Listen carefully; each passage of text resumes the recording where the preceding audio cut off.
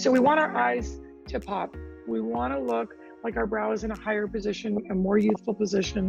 Simple things, that's where Botox comes in. The frown lines in here and here. I love to talk to patients about opening the brow or lifting the eyes. Opening the eyes up is about pulling those muscles that are pulling you down, weakening those with Botox so that the other muscles that are pulling up open up.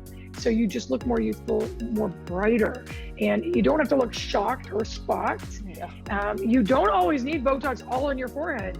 Sometimes you just need it in two little areas to just let those muscles that are pulling you down, weaken them so that your normal muscle action can pull them up. Well, what I want to bring to attention is that a lot of times people are scared from, especially when they're beginning to experiment with neurotoxins like Botox, they're all very afraid that, you know, a lot of people think they're going to have that shocked, frozen look.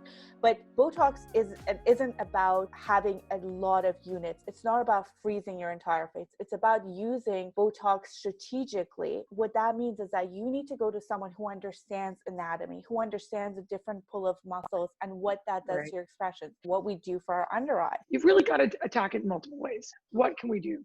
Combination therapy. Using a good product that's lightening the skin a little bit. That is critical. And there's some amazing creams that we have available that can help specifically for that light, very sensitive eye skin. But it's often a sunken area. So you want to build it up. So if you have a deep valley, it looks darker. So a little bit of filler. And our favorite is using your own blood, using your own natural substances, because filler in the lower lid gets a bad reputation. You can get those sausages, you can get that blue hue, what we call a Tyndall effect. But if you use your own natural blood, what we call PRP, plasma-rich proteins, it does two things. It fills and it thickens the skin. So you're getting a really soft, natural look to improve that contour. We love PRP. It's ridiculous how much volume we lose in our face. Like we gain it everywhere else, but in our face, we lose it. And putting back volume is critical. Temples, you look hollow here, you look kind of gaunt. Cheeks, you don't need to look like a chipmunk. I'm sorry, you don't. We want to look soft, natural, soft lines. We want to look at that angle of our face and get that nice soft curve. We call that the OG curve. So a little bit of filler in the cheeks, a little bit in lines. We're not line fillers. Again, we're looking at sculpture. You know, why do these lines happen? Is because everything else deflates.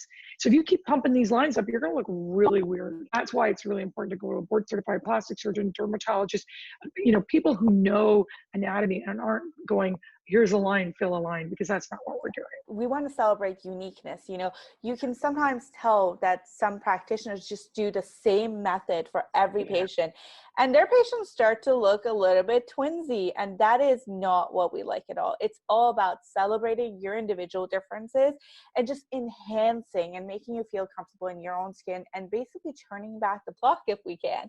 Talking about that shape again, we can do simple little things, you know, with like a little bit of injection in the muscle in the cheek that's called a masseter, again, to give that slimming. Now, if anybody suffers from jaw clenching and having trouble at night, it is unbelievably helpful. I mean, I had that same problem and the pain would keep me up at night, and that little bit of Botox helped my face shape a little bit too, but God, it was awesome for sleeping at night and not clenching my jaws at night. So little thing, like it's so easy and it lasts quite a while and you can have a really great result. And it's really good for your health in general, that little thing as well, because a lot of us, if you wake up in the morning with a bit of tension, headache, and soreness, you might have a little bit of overactivation of that muscle at night. And also your dentist might be pointing this out to you, that you're grinding your teeth at night. And that's something that's significant. Of course, something like a mouth guard would help with that. But the other element of it is just to help relax that muscle. And hey, if it makes us look better at the same time, we always want those procedures. Exactly. I hope you guys have found this useful. If you have any questions, please don't hesitate to give us a call, email us, DM us. Look for us anywhere there's a social media outlet. If we're not there already, we will be there soon. It's either ICLS, CA, or the Sisterhood of the Scalpel, or both. We're always here for you to answer your questions. And don't forget to subscribe. Subscribe.